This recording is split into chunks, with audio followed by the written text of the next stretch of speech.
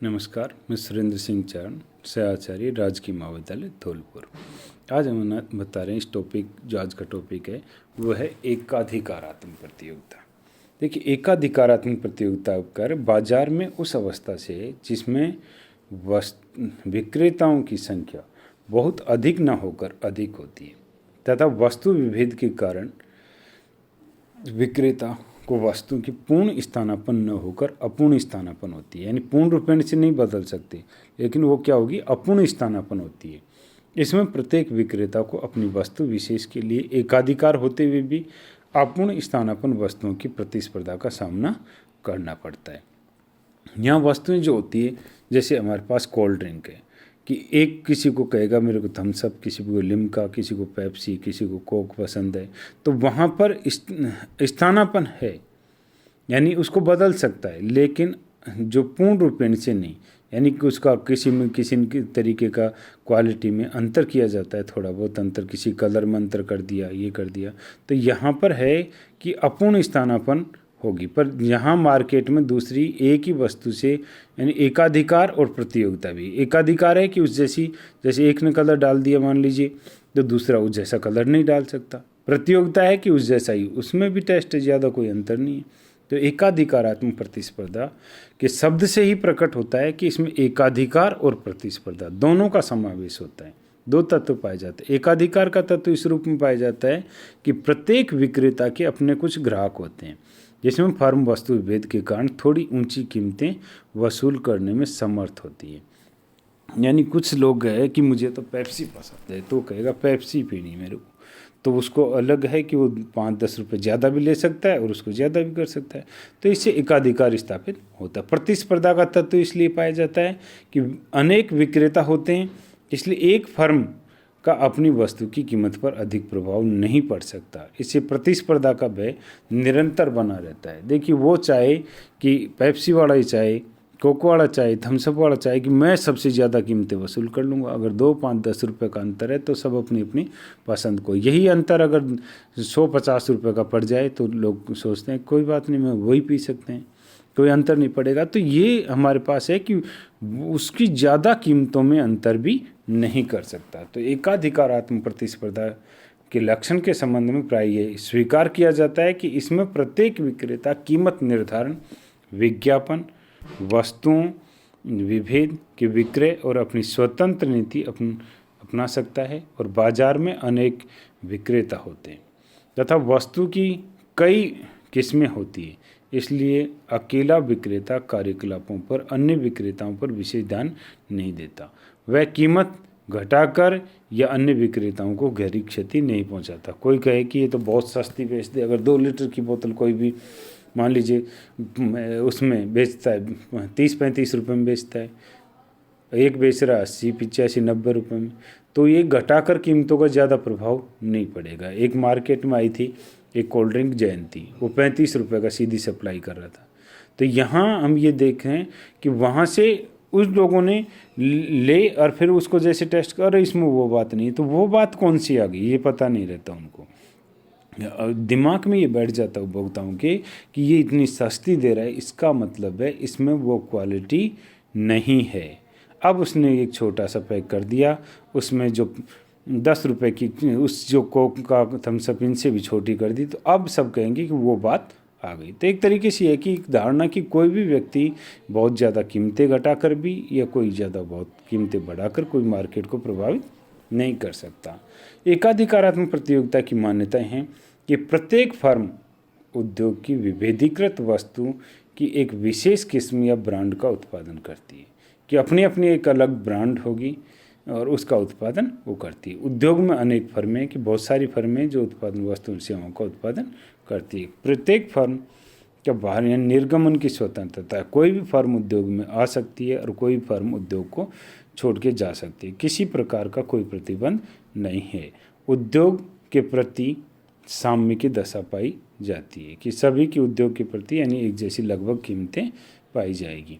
एकाधिकारात्मक प्रतियोगिता की विशेषताएं कि एक स्वतंत्र रूप से कार्य करने वाली फर्मों विक्रेताओं की संख्या बहुत अधिक न होकर केवल अधिक होती है। उद्योग में नई फर्मों का प्रवेश और बहिर्गमन स्वतंत्र होता है, यानी कोई भी उद्योग में नई फर्म आ सकती है और कोई भी फर्म उद्योग छोड़कर जा सकती है। वस्तु विभेद पाया जाता है, वस्तु में अंतर पाया जाएगा। प्रत्येक फर्म अपनी वस्तु विशेष के लिए एकाधिकारी होती है, या विभिन्न फर्मों की वस्तुएं अपूर्ण स्थानापन्न होने से प्रतियोगिता का पूर्ण न होते हुए भी तीव्र होती है। और समरूप या लगभग समरूप वस्तुएं होने पर भी विक्रेताओं में अपनी अपनी पसंद होती है। क्रेताओं या विक्रेताओं में अपनी अपनी पसंद होगी। और अधिक लोचदार मांग वक्र होता है। ये मांग वक्र है जो एकाधिकार से अधिक लोचदार होता है। अब एकाधिकारात्मक प्रतियोगिता में साम्य अथवा कीमत एवं उत्पादन का निर्धारण। तो एकाधिकारात्मक प्रतियोगिता में कीमत और उत्पादन का निर्धारण के लिए दो विधि देखते हैं। एक तो कुल आगम एवं कुल लागत विधि, और दूसरी है सीमांत आगम एवं सीमांत लागत विधि। यहाँ हम पहले देख रहे हैं कुल आगम एवं कुल लागत विधि। इस विधि के अनुसार एकाधिकृत प्रतियोगिता में कि उत्पादन मात्रा तथा मूल्य उस बिंदु पर निर्धारित करेगा जहाँ कुल आगम कुल लागत के बीच अधिकतम अंतर हो। इससे एकाधिकारी अधिकतम लाभ प्राप्ति हो, क्योंकि उसका लाभ टीआर और टीसी के अंतर से ही नापा जाता है। यानी यहाँ हम ये देखते हैं कि टीआर वक्र जो ऊपर जो बना हुआ है, टीआर वक्र वो तो कैसे जाएगा हमारे पास इस तरीके का, और टीसी वक्र ऐसे घूम के जा रहा है। तो यहाँ हम देखेंगे कि समांतर रूप से लाइनें खींचेंगे, और ये समानांतर जो लाइन है कि जहाँ टीआर टीसी में सर्वाधिक अंतर होगा वहाँ फर्म को सर्वाधिक लाभ प्राप्त होगा। ये जो बिंदु है हमारे पास, ये जो बिंदु है जीएच, या न लाभ न हानि की स्थिति होगी। ये यहाँ पर कि न तो फर्म को टीआर टीसी के बराबर होते हैं तो न फर्म को लाभ मिलेगा और न हानि प्राप्त होती। ये हमारे पास ये दो बिंदु टीआरटीसी के न लाभ न हानि के बिंदु, या इनको कहते हैं समविच्छेद बिंदु, ब्रेक इवन पॉइंट। इस बिंदु से पहले फर्म को हानि होगी क्योंकि टीसी टीआर से अधिक है, और इस उत्पादन स्तर से बाद भी फर्म को हानि होगी क्योंकि यहाँ टीसी टीआर से अधिक है। लेकिन यही क्षेत्र है जिसमें फर्म को असामान्य लाभ प्राप्त होगा, और ये जो बिंदु है इस पर फर्म को सर्वाधिक लाभ प्राप्त होगा क्योंकि यहाँ टीआर और टीसी में सर्वाधिक अंतर पाया जाता है। तो यहाँ पर ये जो अंतर है ये सर्वाधिक अंतर है, तो यहाँ फर्म को सर्वाधिक यानी OQ2 उत्पादन स्तर पर फर्म को सर्वाधिक लाभ प्राप्त होता है यहाँ पर। अब देखते हैं दूसरी जो हमारे पास विधि है वो है सीमांत आगम एवं सीमांत लागत दृष्टिकोण। कि एकाधिकारात्मक प्रतियोगिता फर्म में साम्य उस बिंदु पर होगा जहाँ सीमांत आगम सीमांत लागत के बराबर हो, यानी MR MC के बराबर हो। दूसरा बिंदु है साम्य बिंदु पर MC वक्र MR वक्र को नीचे से काटे। तो ये देखिए इस तरीके से जा रहा है। तो एक तो ये साम्य के TRTC के बराबर होना चाहिए, दूसरा हमारे पास है कि ये नीचे से काटना चाहिए। तो नीचे से काटे ये निर्धारित करता है हमारे पास संतुलन स्तर को, ये कीमतें निर्धारित हो जाती है। तो ये उत्पादन निर्धारित होगा, यहाँ पर कीमत निर्धारित हो जाएगी, इतनी कीमतें निर्धारित होगी। तो दूसरा हमारे सामने है कि सीमांत लागत सीमांत आय के बराबर हो। अब देखते हैं फर्म का अल्पकालीन संतुलन या अल्पकाल में कीमत और उत्पादन का निर्धारण। देखें एकाधिकारात्मक प्रतियोगिता के अंतर्गत अल्पकाल में फर्म के संतुलन का विश्लेषण निम्नलिखित मान्यताओं पर आधारित है कि अधिक संख्या में विक्रेताओं की उपस्थिति जो कि स्वतंत्र व्यवहार करें, या प्रत्येक विक्रेता का उत्पाद दूसरे से भिन्न या वस्तु विभेद की स्थिति होती हो। फर्म का एक निश्चित मांग वक्र AR वक्र होगा जो लोचदार होगा, यानी मांग वक्र होगा वो लोचदार होगा। अल्पकाल में कोई भी फर्म उद्योग में प्रवेश नहीं कर सकती, यानी दीर्घकाल में तो कोई भी उद्योग में प्रवेश कर सकती है, कोई जा सकती है, लेकिन अल्पकाल में कोई भी फर्म उद्योग में प्रवेश नहीं कर सकती। और प्रत्येक फर्म का अल्पकालीन लागत वक्र एक दूसरे से भिन्न होता है, और उत्पादन के साधन सेवाओं की पूर्ति पूर्णतः लोचदार होती है। ये हमारे पास इसके अंदर इसकी शर्तें या एक तरीके से मान्यताएं ली जाती हैं। अब हम आगे देखते हैं कि अल्पकाल में समय इतना कम होता है कि फर्म अपनी पूर्ति में परिवर्तन नहीं कर सकती। मांग मूल्य उत्पादन की मात्रा निर्धारण से अधिक प्रभावित रहती है। यदि मांग अधिक है तो फर्म को अधिक लाभ होगा और यदि मांग कम है तो फर्म को हानि भी हो सकती है। अतः अल्पकाल में फर्म को असामान्य लाभ, सामान्य लाभ या इसको शून्य लाभ कहें या हानि भी हो सकती है। तो 3 स्थितियाँ हमारे पास होगी कि पहली स्थिति असामान्य या अतिरिक्त लाभ। इसको हम कि यहाँ ये भी कह सकते हैं कि एकाधिकारात्मक प्रतियोगी फर्म को अल्पकाल में असामान्य लाभ प्राप्त होगा यदि संतुलन की स्थिति में उसका औसत आय औसत लागत से अधिक हो, यानी ये लागत और ये इनकम, तो इनकम वक्र ऊपर हो और लागत वक्र नीचे हो तो असामान्य लाभ होगा। अब यहाँ जो हम ये करेंगे कि AR वक्र जो लोचदार खींचा, MR वक्र, और यहाँ से जो एवरेज SAC वक्र है, एवरेज कॉस्ट है, वो इस तरीके से खींच दिया। अब ये जो इसका न्यूनतम बिंदु आता है, यहाँ पर ये इसका न्यूनतम बिंदु है, इस न्यूनतम बिंदु को काटता हुआ SMC वक्र जाना चाहिए। यानी SMC वक्र की जो खास बात है वो यही है कि इस SAC वक्र के इस न्यूनतम बिंदु को काटता हुआ जाना चाहिए बिंदु। तो यहाँ हम जो साम्य का निर्धारित करते हैं, ये साम्य है कि ई बिंदु पर देखिए मार्जिनल कॉस्ट मार्जिनल रेवेन्यू के बराबर है, ई बिंदु पर बराबर है यहाँ पर, और ये काटती हुई SMC इधर आ गई। तो यहाँ से इस टी बिंदु से तो इधर निर्धारित किया, ये नीचे से निर्धारित किया कि इनकम, इधर से यहाँ AR से जहाँ कट किया कीमतें निर्धारित हुई, नीचे से लागत निर्धारित हुई। तो यहाँ OP कीमत, OQ मात्रा निर्धारित हुई, OH जो है यहाँ पर ये लागत आ गई, प्रति इकाई लागत आ गई।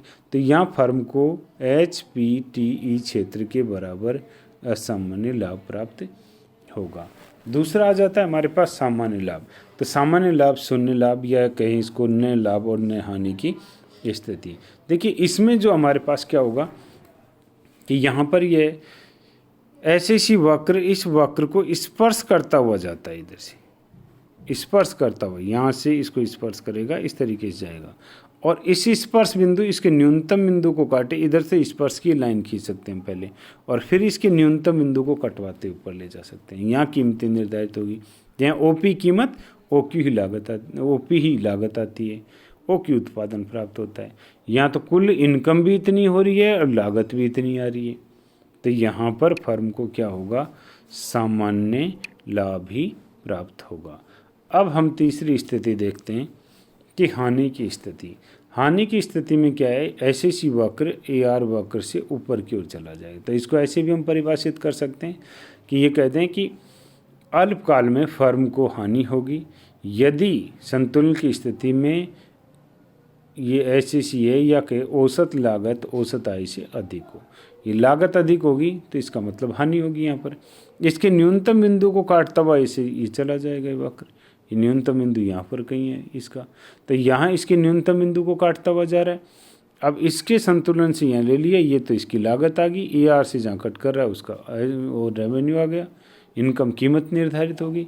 तो ये हमारे पास ये क्या होगी, हानि। यहाँ लागत तो ज़्यादा आई और इनकम हुई कम, यहाँ से यहाँ तक ही इनकम हुई, तो यहाँ लागत ऐसी स्थिति में कीमतें, तो ये हमारे पास ये जो क्षेत्र है ये हानि की स्थिति का होगा। अब हम इसमें आगे देखते हैं दीर्घकाल में एकाधिकारात्मक प्रतियोगिता के अंतर्गत मूल्य तथा उत्पादन का निर्धारण। ये दीर्घकाल में इतना लंबा समय होता है कि प्रत्येक कार्यशील फर्म न केवल उत्पादन के साधनों की मात्रा में परिवर्तन कर अपनी पूर्ति को मांग के अनुरूप समायोजित कर सकती है, वरन अल्पकाल में जिस फर्मों को लाभ होता है उनके अतिरिक्त लाभ से आकर्षित होकर नई फर्में उद्योग में प्रवेश करती है और हानि होने पर कार्यरत फर्में उद्योग से बहिर्गमन कर जाती है। तो सामान्य उद्योगों में नई फर्मों का प्रवेश खुला रहता है, लेकिन कभी कभी नई फर्मों के प्रवेश पर भी रोक लगा दी जाती है। तो यहाँ 2 स्थिति में देखेंगे, एक तो फर्मों का प्रवेश खुला होने पर, एक फर्मों का प्रवेश बंद होने पर। तो पहले हम ये लेते हैं कि फर्मों का प्रवेश खुला होने पर।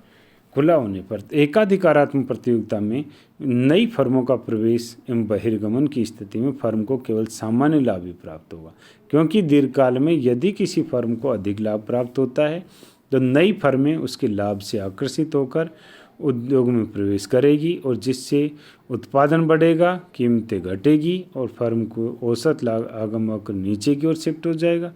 औसत आगम वक्र औसत लागत वक्र के बराबर हो जाता है और AR और LAC अगर बराबर होता है तो ऐसी स्थिति में फर्म को सामान्य लाभ ही मिलेगा।